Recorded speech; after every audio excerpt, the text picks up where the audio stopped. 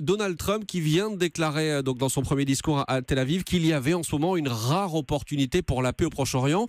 Est-ce que ce sont simplement des mots ou est-ce que le président américain arrive avec une vraie ambition pour la paix au Proche-Orient ? Comme il l'a dit à plusieurs reprises pendant la campagne, Donald Trump a un peu le fantasme de l'accord ultime entre Israéliens et Palestiniens.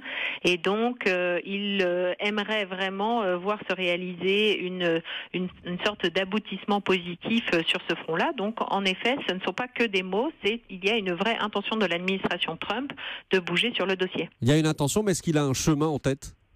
Oui, je pense qu'il a un chemin en tête, en grande partie parce qu'il s'appuie sur ses alliés puissances arabes sunnites auxquels il est rendu une visite hier et il pense qu'il doit pouvoir offrir à Israël certains éléments positifs comme par exemple une plus grande intégration régionale pour le pays via non pas une reconnaissance des puissances arabes mais peut-être d'autres facilités de type business ou voyage qui lui permettrait de dire voilà, on a un nouvel accord entre Israël et le monde arabe et c'est ça finalement que Donald Trump recherche. Mais ça veut dire que l'image qu'on avait de Trump, d'un président américain recroquevillé sur son pays, était une image fausse.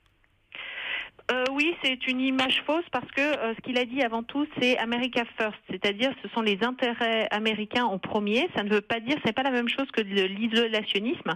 Ce n'est pas, on ne s'occupera que de l'Amérique. Simplement, il va défendre en premier les intérêts américains. Et s'il considère qu'il est de son intérêt de renforcer Israël, de renforcer ses alliés arabes et de faire la paix entre ces camps-là, finalement, cela va dans le sens de sa doctrine. Et encore une question, Célia Belin. L'ambition de Trump pour le Proche-Orient, elle n'est pas, fragilisée par tout ce qu'il a pu dire sur les musulmans pendant sa campagne, même s'il est revenu là-dessus ce week-end, par tout ce qu'il a pu dire, notamment sur le transfert qu'il voulait opérer de l'ambassade des États-Unis de Tel Aviv, vers Jérusalem. C'est vrai qu'il a été très très pro-israélien pendant la campagne, mais c'est aussi chez Donald Trump une position de négociation de départ.